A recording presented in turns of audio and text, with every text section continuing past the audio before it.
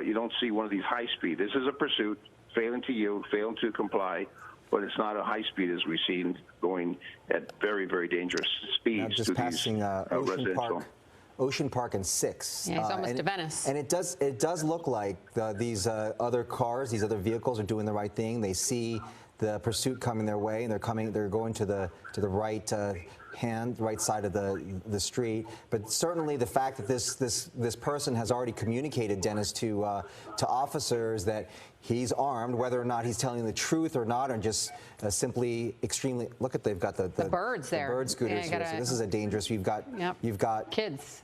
You've got people on different kinds of transportation vehicles, and it's certainly a dangerous situation no matter where you slice it. It's very, very dangerous. Anytime you get in a pursuit during the daytime, you're not on a freeway, you've got pedestrians, bicycles, we saw the bikeways along the path. There's a lot of hazards involved. Unfortunately, this vehicle is driving at a slow speed, which obviously is a safeguard for the pedestrians, the bicycles, other traffic. But we've seen many in the past when they're blazing through those intersections at high speed, and oftentimes we see the consequences of that action. So in this particular case, we do have a pursuit. It's not fast in the freeway. The speeds in the freeway were obviously at a reasonable speed. So we'll see how far this goes when he finally comes to a stop. But they're going to stay with this particular situation. Again, the primary would be a felony violation of domestic violence, suspicion of felony activity, and we don't know the consequences or the result of what happened there. But as this continues into the Santa Monica area, now he's gone south. He's almost he's in Venice, and which becomes a heavily tourist-populated area. And the streets that he is on right now, there's a lot of walking. There'll be Abbot Kinney to the left on the other side, but a lot of people, get heavily congested down here in just a second for this individual. Southbound Nielsen, by the way, at Marine is where this pursuit is right now. So now, as you mentioned, a lot of pedestrians. It's a hot day. A lot of people going to the beach, going to that area. So now you've got a lot of pedestrians, bicycles that'll be involved. And again, the driving pattern is not reckless. It doesn't negate the fact that it's still a pursuit, a slow-speed pursuit, but nevertheless, at least there's some caution being exercised for the pedestrians, for the bicyclists, for everything that's on the roadways. Again, you got the narrow roadway. In this particular section, we see no parked vehicles, but many areas are going to get into in Venice. Very, very narrow roadways with parked vehicles and pedestrians and bicycles. Scary in of itself when you think that this is someone who's already called. He's got his windows open. Yeah. He's already called officers or talking to officers and seems to indicate that he has some sort of a weapon, perhaps a military-style weapon. So this is just another added layer, Dennis, when we're talking about someone, even though he's driving in a sort of a leisurely pace here, at the same time, he's communicating some violence with officers. Exactly, and they have to be cautious of that.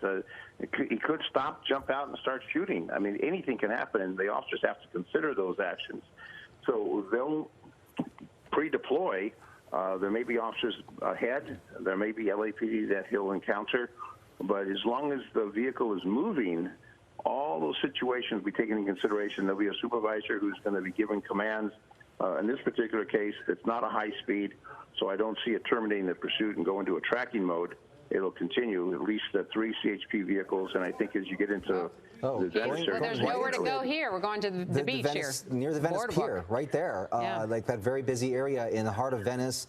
Obviously now the summertime, July, we're looking at here, and that area is extremely congested with a lot of people. So here we are at the Strand boardwalk. Tourists right there on the boardwalk.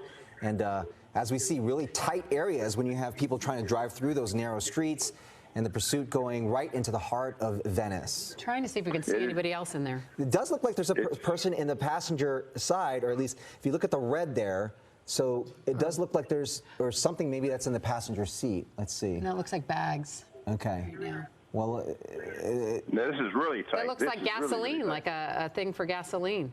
Maybe a tank or something? Little holder, the gas carrying to do a fill up there. But as you can see, he's down at Venice Beach, close to the boardwalk, where, everyone, there's a lot of tourists, a lot of walking traffic.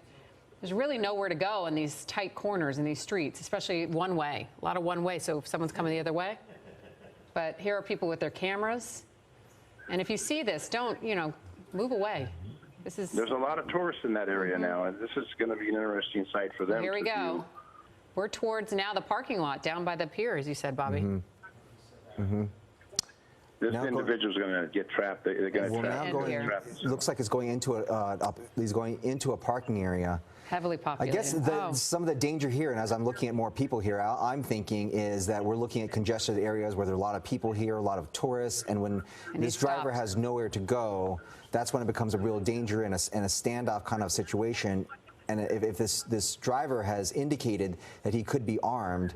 Well, here's the protocol. doors His hands are up. This the is doors are usually opening. typical. Hands up. We're seeing a lot of folks out there watching this situation. A lot of hazard. Now we see barefoot and shirtless, and motioning to officers. And they usually Yeah. ask for hands up to clear his pockets. Dennis, is this normal right now? Yeah, well, getting out of the car since now the pursuit has stopped, and hopefully he'll comply. Get on the ground. That'll Yep. be the next command. No shoes, no shirt. He seems to be Get on talking the with ground. them.